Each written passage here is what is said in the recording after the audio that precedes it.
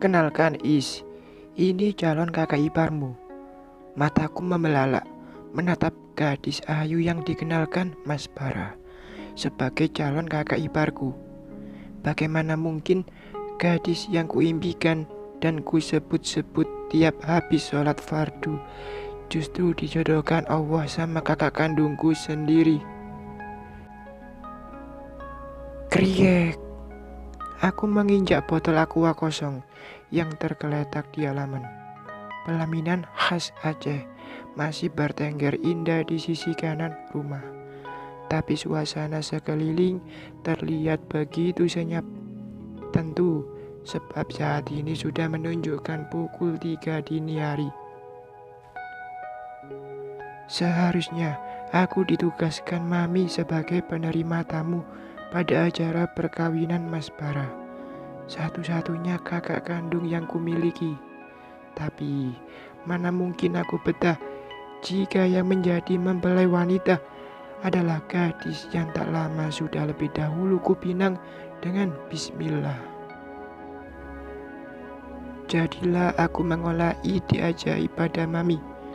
Ku katakan padanya, jika malam ini aku ditugaskan untuk menggerebek rumah kosong yang diduga sebagai markas penyuplai Bulog beberapa wilayah di Jakarta Barat ini.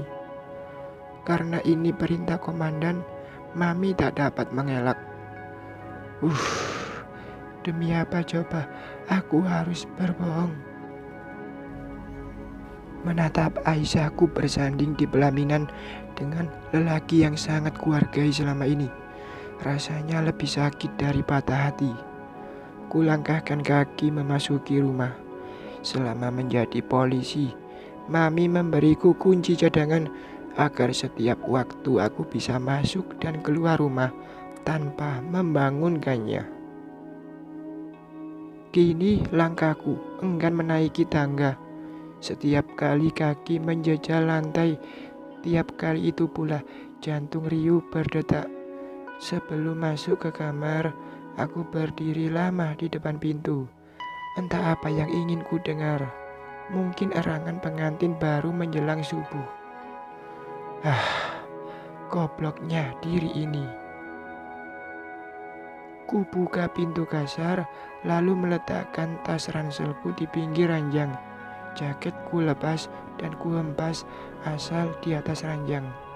Kemudian ku gerakkan tubuh dengan malas ke kamar mandi, mencuci kaki, tangan dan wajah. Ku tatap lama wajah yang sekarang kelihatan mirip seperti opa Korea. Menyesal. Ya, aku menyesal karena Aisyah kini menjadi pengantin Mas Bara. Seandainya aku tidak hanya melamarnya dengan bismillah, tapi dengan mahar, tentu malam ini kami sudah bersatu di dalam kamar pengantin. Ku hempas tubuh di atas ranjang, mencoba memejamkan mata. Tapi, sial, justru wajah Aisyah yang tampak anggun dalam baju pengantinnya tak mau teralih sedikit pun. Kalau gini, aku bisa gila. Teriakanku memecah keheningan malam. Saat aku diam, keadaan kembali hening. Tak lama. Is, kamu kenapa? Mas Bara memukul dinding kamarku yang berdempetan dengan kamarnya. Enggak apa-apa, Mas. Cuma mimpi. Lagi nangkap bandar sabu. Oh, ya sudah. Makanya sebelum tidur, jangan lupa baca doa. Biar enggak ngigau terus kamu, Dik. Kula nafas. Nah kan benar, jam segini mereka belum tidur. Ngapain aja coba? Pagi ini terlihat tak biasa. Rambut Mas Bara basah. Ini sangat bertolak belakang dengan kebiasaannya sehari-hari. Ia tidak pernah keramas pagi-pagi. Katanya keramas hanya boleh sekali di satu hari. Jadi dia memilih sore hari untuk mencuci rambut tebalnya. Setelah berlelah-lelah dan membiarkan rambutnya berkering sepanjang hari. Tapi mungkin ini akan menjadi hal wajar yang bakalan tiap pagi aku nikmati. Bukankah semua pengantin baru memang begitu? Kula nafas panjang sambil mengumpulkan keping-keping hati yang berserakan. Aisyah mana, Bar? Tanya Mama, memecah lamunanku. Masih di kamar, Ma. Lagi beresin tempat tidur. Pasti tempat tidurnya kayak kapal perang ya, Mas. Hush, anak kecil jangan suka asbun. Nanti didengar kakak iparmu kan gak enak, sangga Mama sambil menutup mulut Nindi. Adikku semata wayang. Dan di sini lagi-lagi aku harus mengurut dada. Ada baiknya aku tidak di rumah di waktu-waktu kumpul begini, atau aku harus siap menderita batin setiap waktu. Bara, sebaiknya kamu menyambut Aisyah untuk sarapan. Pasti dia malu-malu. Mama juga dulu begitu. Hari pertama di rumah mertua itu, rasanya kok kayak nginap di rumah presiden. Nggak berani ngapa-ngapain. Beneran, Ma. Itu Nindi lagi punya suara. Pasti sebentar lagi Nindi bakalan nanya tentang pengalaman Mami bersama Papi ngelewatin malam pertama mereka. Bikin jealous. Sebaiknya aku pergi. Ku tolak kursi ke belakang dan hendak berlalu. Tapi mau kemana, Is? Kamu kan belum sarapan, tanya Mami sambil menarik tanganku. Faiz masih kenyang, Mami. Tadi malam selesai razia seperti biasa. Ditutup dengan makan-makan. Ku jawab santai pertanyaan Mami dengan harapan bisa terbebas dari sarapan pagi bersama. Tapi Is, duduk sebentar lagi ya. Kita sambut kakak iparmu di meja makan. Cepat, Bar, jemput Aisyah. Apalagi yang harus kulakukan selain menurut. Sedang Mas Rama terlihat segera beranjak dan berjalan ke kamarnya. Tak lama dia dan gadis yang kucintai kembali ke ruang makan. Selamat pagi, menantu Mami yang cantik. Mari duduk, sayang. Mami bangkit dan menyambut gadis itu. Anggun sekali dia. Beruntungnya Mas Bara bisa menyunting gadis seperti Aisyah. Aku menghela nafas. Entah kenapa susu putih yang baru saja ku teguk terasa asin. Sepertinya ada yang sengaja menambah garam dalam susuku. Mami menyilakan wanita yang pastinya tak lagi gadis itu untuk duduk tepat di hadapanku. Tapi tetap di samping Mas Bara. Gimana tidurnya semalam, Aisyah? Kalau Bara lasak di atas kasur, kasih tahu Mami ya. Mami, lelucon macam apa ini? Sudah pastilah para bujang lasak di atas ranjang pengantin. Kenapa harus buat laporan? Jiwa bujangku kini malah ingin berontak. Harusnya yang lasak bersama Aisyah itu aku, bukan Mas Bara. Dasar kau, Mas, kau tikung adikmu tanpa basa-basi. Lihat nanti pembalasanku. Mataku kini beralih ke atas meja di hadapanku.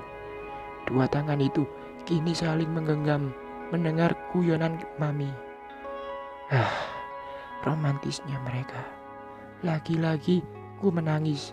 Ku dorong kembali kursi dengan belakang lutut. Mami kembali mencegah. Apalagi sih, Mi?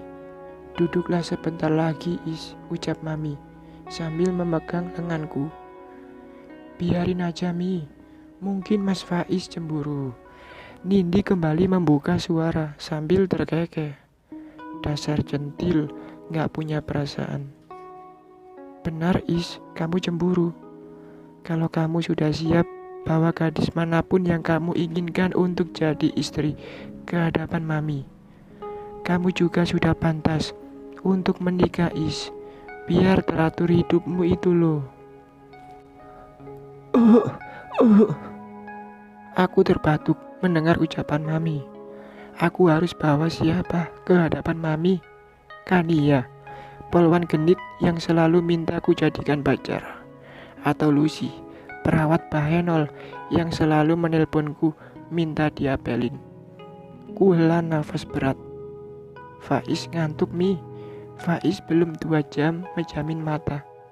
Faiz udah minum susu, makanya nanti kalau Faiz udah bangun. Jawabku masih dengan lembut. Mami paling tidak senang jika anaknya bersuara keras. Mas Faiz kayaknya belum punya pacar deh, Ma. Nindi kembali terkekeh sambil menatapku. Sialnya lagi, Aisyah kini juga menatapku. Pasti dia menaruh kasihan. Mas Faiz gak mau aku jodohin sama temanku.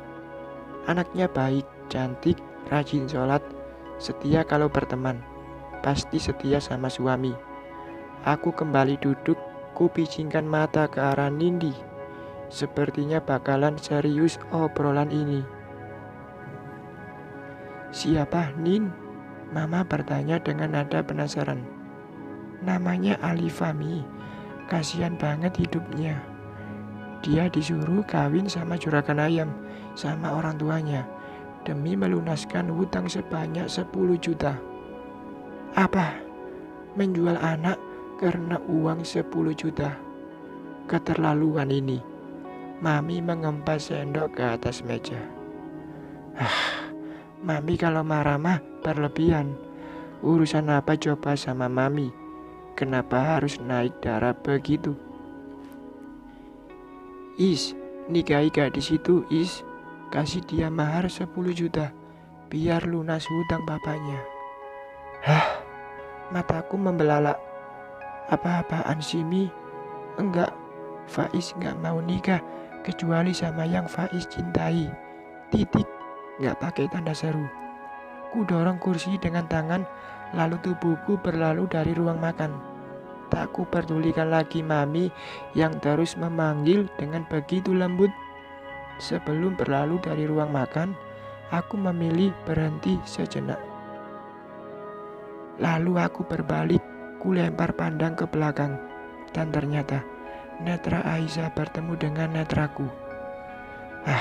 Sial, gadis itu apa maunya coba? Bersambung.